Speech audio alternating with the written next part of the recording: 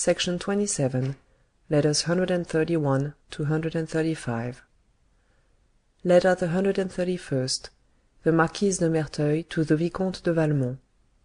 'Tis well done, Vicomte, and I am better pleased with you this time than the last. But now let us talk in all friendship, and I hope to convince you that, for you as for myself, the arrangement which you appear to desire would be a veritable piece of madness. Have you not yet remarked that pleasure, which is, in effect, the sole motive of the union of the two sexes, does not, nevertheless, suffice to form a liaison between them, and that, if it is preceded by the desire which attracts, it is no less followed by the disgust which repels? 'Tis a law of nature which love alone can change, and love, does one have it when one wills? Yet one needs it ever, and it would be really too embarrassing if one had not discovered that it happily suffices if it exists only in one side. The difficulty has thus been rendered less by one half, even without much being lost thereby. In fact, the one derives pleasure from the happiness of loving, the other from that of pleasing, which is a little less keen indeed, but to which is added the pleasure of deceiving. That sets up an equilibrium, and everything is arranged. But tell me, Vicomte, which of us two will undertake to deceive the other? You know the story of the two sharpers who recognized each other while playing. "We shall make nothing," said they. "Let us divide the cost of the cards." And they gave up the game. We had best follow, believe me, their prudent example, and not lose time together which we can so well employ elsewhere. To prove to you that in this I am influenced as much by your interests as my own, and that I am acting neither from ill-humour nor caprice, I do not refuse you the price agreed upon between us. I feel perfectly that each of us will suffice to the other for one night, and I do not even doubt but that we should know too well how to adorn it, not to see the end with regret. But do not let us forget that this regret is necessary to happiness, and, however sweet be our illusion, let us not believe that it can be lasting. You see that I am meeting you in my turn, and even before you have yet set yourself right with me, for, after all, I was to have the first letter of the celestial prude. However, whether because you still cling to it, or because you have forgotten the conditions of a bargain which interests you, perhaps, less than you would fain have me believe, I have received nothing, absolutely nothing. Yet, unless I make a mistake, the tender Puritan must write frequently, else what would she do when she is alone? Surely she has not wit enough to distract herself?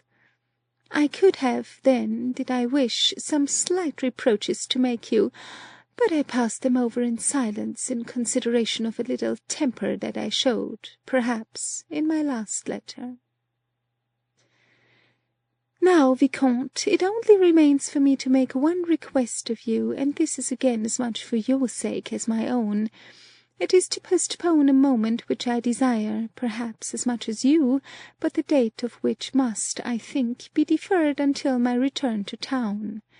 On the one hand, we should not find the necessary freedom here, and on the other I should incur some risk, for it needs but a little jealousy to attach this tedious Belleroche more closely than ever to my side, although he now only holds by a thread.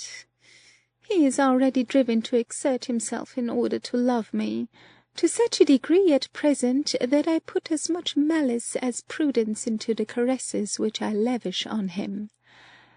But at the same time you can see that this would not be a sacrifice to make to you.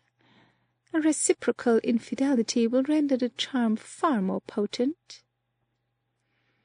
Do you know, I regret sometimes that we are reduced to these resources? In the days when we loved, for I believe it was love, I was happy, and you, Vicomte? but why be longer concerned with a happiness which cannot return? Nay, say what you will, such a return is impossible. First, I should require sacrifices which, assuredly, you could not or would not make, and which, like enough, I do not deserve. And then, how is it possible to fix you? Oh, no, no! I will not even occupy myself with the idea. And in spite of the pleasure which I derive at the present moment from writing to you, I far prefer to leave you abruptly. Adieu, Vicomte. At the Château de 6 of November, 17... Letter the 132nd. The Présidente de Tourvel to Madame de Rosemonde. Deeply touched, Madame, with your kindness to me, I would abandon myself entirely to it, were I not prevented in some sort from accepting it by the fear of profaning it. Why must it be that, while I see it to be so precious, I feel at the same time that I am no longer worthy of it? Ah, I will at least venture to express to you my gratitude. I will admire above all that indulgent virtue which only knows our frailties to compassionate them, and whose potent charm preserves so soft and strong an empire over hearts, even by the side of the charm of love. But can I still deserve a friendship which no longer suffices for my happiness? I say the same of your counsels. I feel their worth, but I cannot follow them. And how should I not believe in a perfect happiness when I experience it at this moment? Yes, if men are such as you say, we ought to shun them. But then Valmont is so far from resembling them. If, like them, he has that violence of passion which you call ardour, how far it is surpassed by his delicacy! Oh, my friend, you talk of sharing my troubles. Take a part, then, in my happiness. I owe it to love, and how greatly does the object enhance its value! You love your nephew, you say, perhaps foolishly. Ah, if you did but know him as I do! I love him with idolatry, and even so far less than he deserves. He may, doubtless, have been led astray by certain errors. He admits it himself. But who ever knew true love as he does? What more can I say to you? He feels it as he inspires it. You will think that this is one of those chimerical ideas with which love never fails to abuse our imagination. But in that case, why should he have become more tender, more ardent, when he has nothing further to obtain? I will confess, before, I found in him an air of reflection, of reserve, which rarely abandoned him, and which often reminded me, in spite of myself, of the cruel and false impressions which had been given me of him. But since he has been able to abandon himself without constraint to the movements of his heart, he seems to guess all the desires of mine. Who knows if we were not born for each other? That this happiness was not reserved for me, of being necessary to his. Ah, if it is an illusion, let me die then before it comes to an end. But no, I am fain to live, to cherish, to adore him. Why should he cease to love me? What other woman could he render happier than me? And I feel from my own experience that the happiness one arouses is the strongest tie, the only one which really attaches. Yes, it is this delicious sentiment which ennobles love, which purifies it in some sort, and makes it worthy of a tender and generous soul, such as Valmont's. Adieu, my dear, my venerable, my indulgent friend. It is in vain that I should write to you at greater length. Here is the hour at which he has promised to come. Forgive me, but you wish me happiness, and at this moment it is so great that I can scarcely support it. Paris, 7th November, 17 . Letter the 133rd. The Vicomte de Valmont to the Marquise de Merteuil.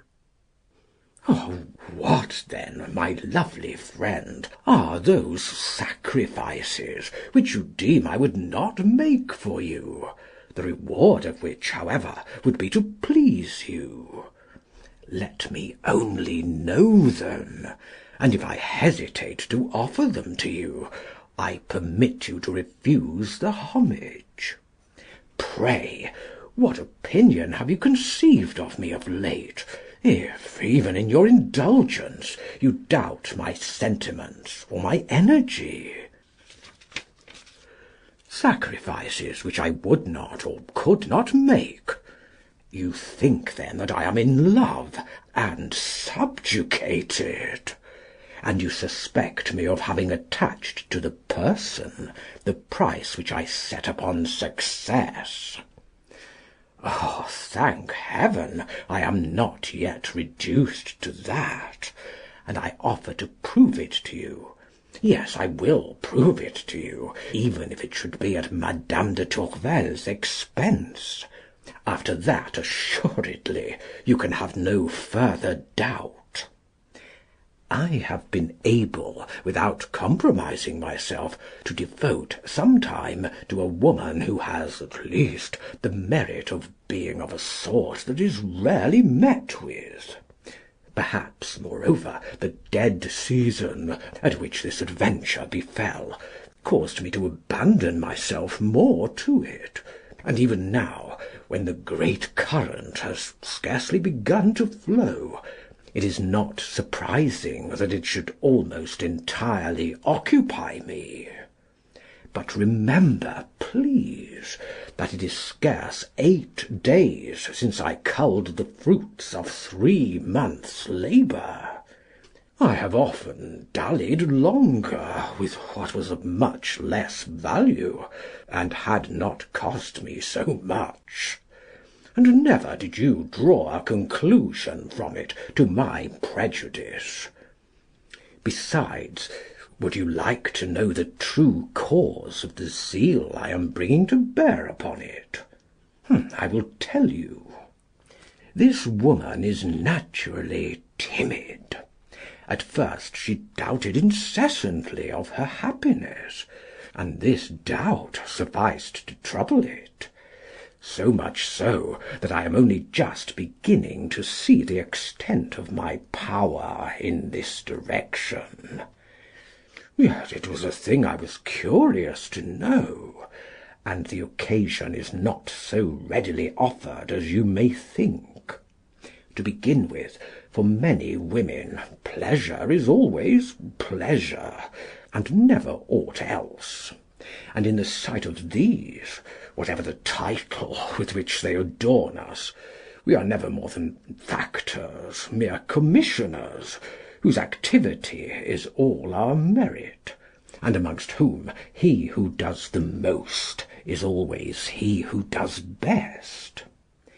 In another class, perhaps nowadays the most numerous, the celebrity of the lover, the pleasure of having carried him off from a rival, the fear of being robbed of him in turn, absorb the women almost entirely. We count, indeed, more or less, for something in the kind of enjoyment they obtain, but it depends more on the circumstances than on the person. It comes to them through us, and not from us.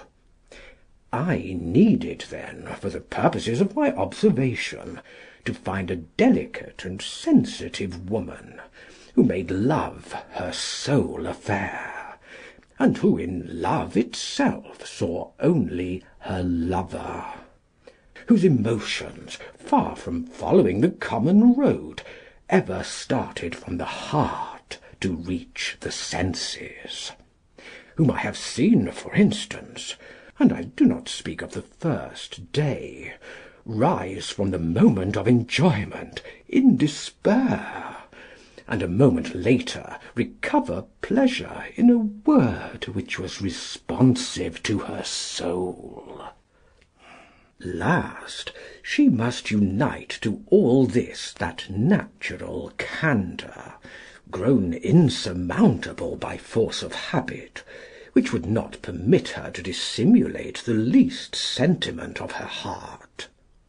Now, you will admit such women are rare, and I dare believe that failing this one, I should never perhaps have met another. It should not be surprising, therefore, that she should hold me longer than another. and if the trouble that I take with her makes her happy, perfectly happy, why should I refuse it, especially as it pleases me instead of being disagreeable to me? But because the mind is engaged, does it follow that the heart is caught? Certainly not. Nor will the value which I admit I set upon this adventure prevent me from embarking on others, or even from sacrificing it to some more agreeable one. I am free to such an extent that I have not even neglected the little Volanges, whom nevertheless I hold so cheap. Her mother brings her back to town in 3 days, and yesterday I assured my communications. A little money to the porter, a few compliments to his wife, did the business. Can you conceive that Danceny never thought of this simple method? And then they tell us that love creates ingenuity. On the contrary, it stupefies those whom it enslaves. Shall not I, then, know how to defend myself from it? You may be easy. Already, in a few days, I am about to weaken the impression, too lively, perhaps, which I have experienced, by dividing it. And if a simple division will not do, I will multiply them. I shall none the less be ready to restore the little schoolgirl to her discreet lover as soon as you think proper. It seems to me that you have no longer any motive for preventing it, and I consent to do poor Danceny this signal service. It is in truth the least I can do in return for those he has done me. He is at present in the greatest anxiety to discover whether he will be received at Madame de Volanges.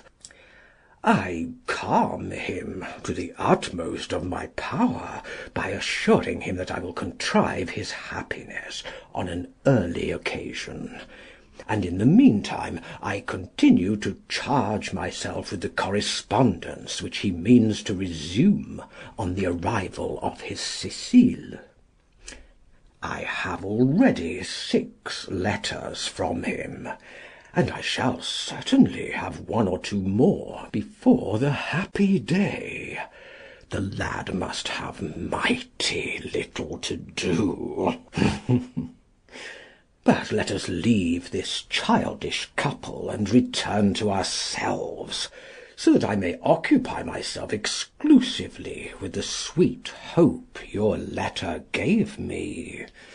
Yes, without a doubt you will hold me, and I would not pardon you for doubting it. Pray, have I ever ceased to be constant to you? Our bonds have been relaxed, but never broken. Our pretended rupture was only an error of our imagination. Our sentiments, our interests, remained none the less united.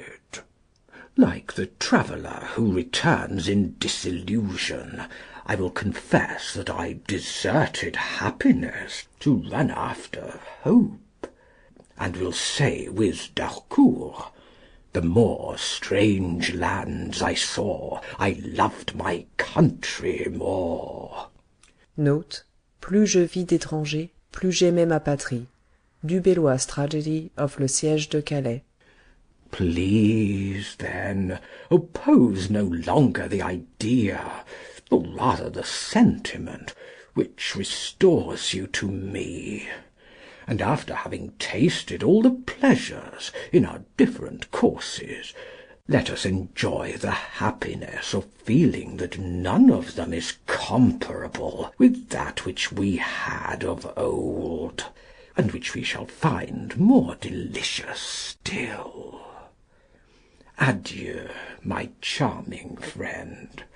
I consent to await your return, but hasten it, I pray you, and do not forget how greatly I desire it.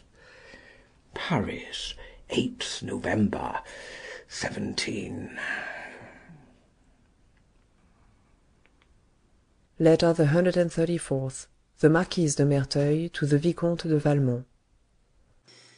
Truly, Vicomte, you are like the children before whom one cannot say a word, and to whom one can show nothing because they would at once lay hold of it.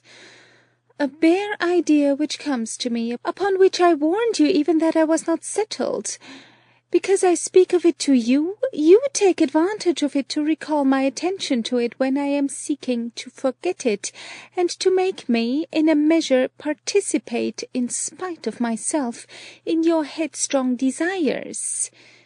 Is it generous, pray, to leave me to support the whole burden of prudence alone? I tell you again, and repeat it more often to myself, the arrangement which you suggest is really impossible. Even if you were to include all the generosity you display at this moment, do you suppose that I have not my delicacy also, or that I should be ready to accept sacrifices which would be harmful to your happiness? Now, is it not true, Vicomte, that you are under an illusion as to the sentiment which attaches you to Madame de Tourvel? It is love, or love has never existed. You deny it in 100 fashions, but you prove it in 1,000. What, for instance, of that subterfuge you employ towards myself, for I believe you to be sincere with me, which makes you ascribe to curiosity the desire which you can neither conceal nor overcome of retaining this woman? Would not one say that you had never made any other woman happy, perfectly happy? If you doubt that, you have but a poor memory. Nay, it is not that. Quite simply, your heart imposes on your intelligence, and is rewarded with bad arguments. But I, who have great interest in not being deceived by them, am not so easily satisfied. Thus, while remarking your politeness, which has made you rigorously suppress all the words which you imagined had displeased me, I saw, nevertheless, that, perhaps without taking notice of it, you none the less retained the same ideas. 'Tis true, it is no longer the adorable, the celestial Madame de Tourvel, but it is an astounding woman, a delicate and sensitive woman, even to the exclusion of all others.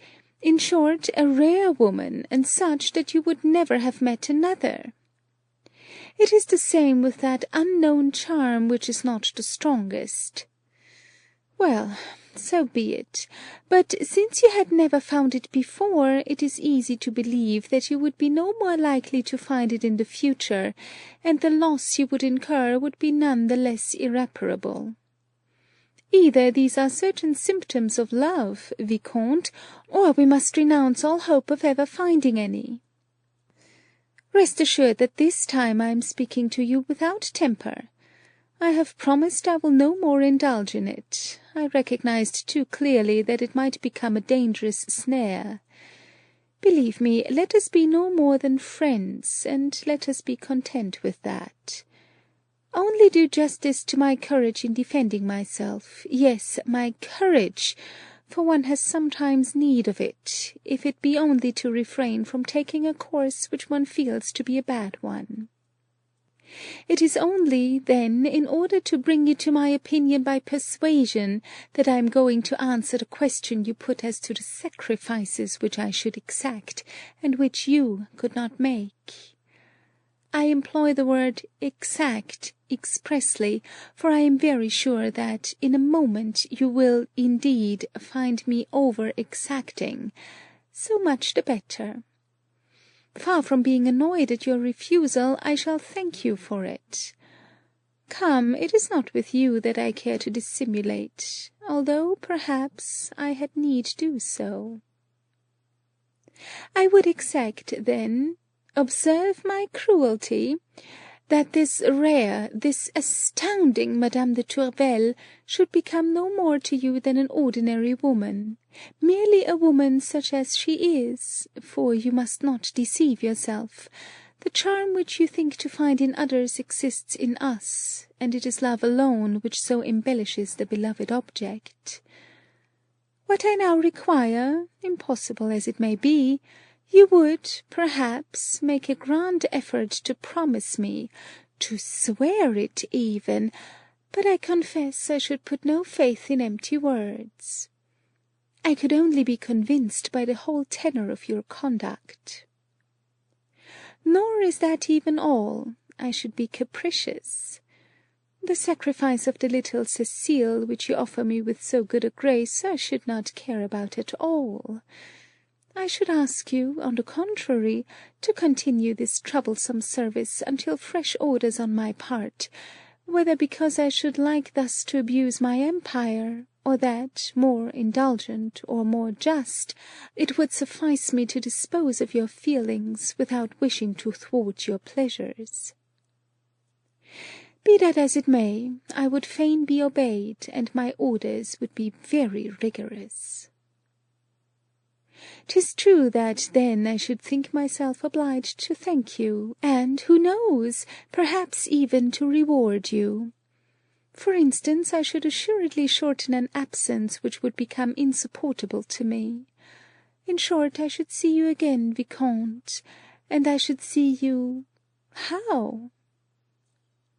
But you must remember this is no more than a conversation, a plain narrative of an impossible project, and I would not be the only one to forget it. Do you know that my lawsuit makes me a little uneasy?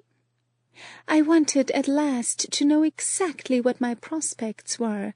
My advocates, indeed, quote me sundry laws, and above all many authorities, as they call them, but I cannot see so much reason and justice in them.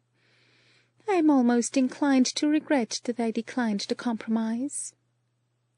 However, I am reassured when I reflect that the attorney is skilful, the advocate eloquent, and the plaintiff pretty. If these 3 arguments were to be of no more worth, it would be necessary to change the whole course of affairs, and what, then, would become of the respect for ancient customs? This lawsuit is now the only thing which retains me here. That of Belleroche is finished. None suited, costs divided. He is regretting this evening's ball. It is indeed the regret of the unemployed. I will restore him his complete liberty on my return to town. I make this grievous sacrifice for him, but am consoled by the generosity he finds in it. Adieu, Vicomte. Write to me often. The particulars of your pleasures will recompense me, at least in part, for the tedium I undergo. At the Château de 11th November, 17— Letter the 135th, the Présidente de Tourvel to Madame de Rosemonde. I am endeavouring to write to you without yet knowing if I shall be able. Oh, God! When I think of my last letter, which my excessive happiness prevented me from continuing, it is the thought of my despair which overwhelms me now, which leaves me only strength enough to feel my sorrows and deprives me of the power of expressing them. Valmont no longer loves me. He has never loved me. Love does not vanish thus. He deceives me, betrays me, outrages me. All misfortunes and humiliations that can be heaped together I experience, and it is from him that they come. Do not suppose that this is a mere suspicion. I was so far from having any. I have not even the consolation of a doubt. What could he say to justify himself? But what matters it to him? He will not even make the attempt. Unhappy wretch! What will thy reproaches and tears avail with him? He is far from thinking of thee. 'Tis true, then, that he has sacrificed me, exposed me even. And to who? A low creature. But what am I saying? I have even lost the right to despise her. She has been false to fewer duties. She is not so guilty as I. Oh, how bitter is the sorrow which is founded upon remorse! I feel my torments redouble. Adieu, my dear friend. However unworthy I may have made myself of your pity, you will still feel it for me, if you can form any idea of what I suffer. I have just read over my letter, and I perceive it can tell you nothing. I will try then to master up courage to relate the cruel incident. It was yesterday. For the first time since my return I was going to sup abroad. Valmont came to see me at 5 o'clock. Never had he seemed so fond. He gave me to understand that my project of going out vexed him, and you may judge that I soon formed that of remaining with him. However, 2 hours and a half later, and suddenly, his air and tone underwent a sensible change. I know not whether I had let fall something which may have displeased him. Be that as it may, shortly afterwards he pretended to recollect some business which compelled him to leave me, and went away, not without displaying a very lively regret, which seemed affectionate, and which I then believed to be sincere. Being left alone, I judged it more proper not to excuse myself from my first engagement, since I was at liberty to fulfil it. I completed my toilette and entered my carriage. Unfortunately, my coachman took me by way of the Opera, and I was involved in the crowd of people leaving. 4 yards in front of me, and in the rank next to my own, I perceived Valmont's carriage. My heart instantly palpitated, but it was not from fear, and my only idea was the desire that my carriage should go forward. Instead of that, it was his own which was forced to retreat, and which came alongside of mine. I instantly advanced. What was my astonishment to find a courtesan at his side, one well known as such! I withdrew, as you may well believe, and I had already seen quite enough to wound my heart. But you would hardly believe that this same woman, apparently informed by an odious confidence, never quitted the window of the carriage, nor ceased to stare at me with peals of scandalous laughter. In the condition of prostration to which I was reduced, I let myself, nevertheless, be driven to the house where I was to sup, but it was impossible for me to remain. I felt each instant on the point of swooning away, and above all I could not restrain my tears. On my return I wrote to M. de Valmont, and sent him my letter immediately. He was not at home. Wishing at any price to issue from this state of death, or to confirm it for ever, I sent again with orders to wait for him. But before midnight my servant returned, telling me that the coachman, who was back, had told him that his master would not be home that night. I thought this morning that I had nothing else to do than to ask him for the return of my letters, and beg him to visit me no more. I have indeed given orders to this effect, but doubtless they were superfluous. It is nearly noon. He has not yet presented himself, and I have not received a word from him. Now, my dear friend, I have nothing further to add. You are informed of everything, and you know my heart. My sole hope is that I may not long afflict your tender friendship. Paris, 15th November, 17 . End of section 27.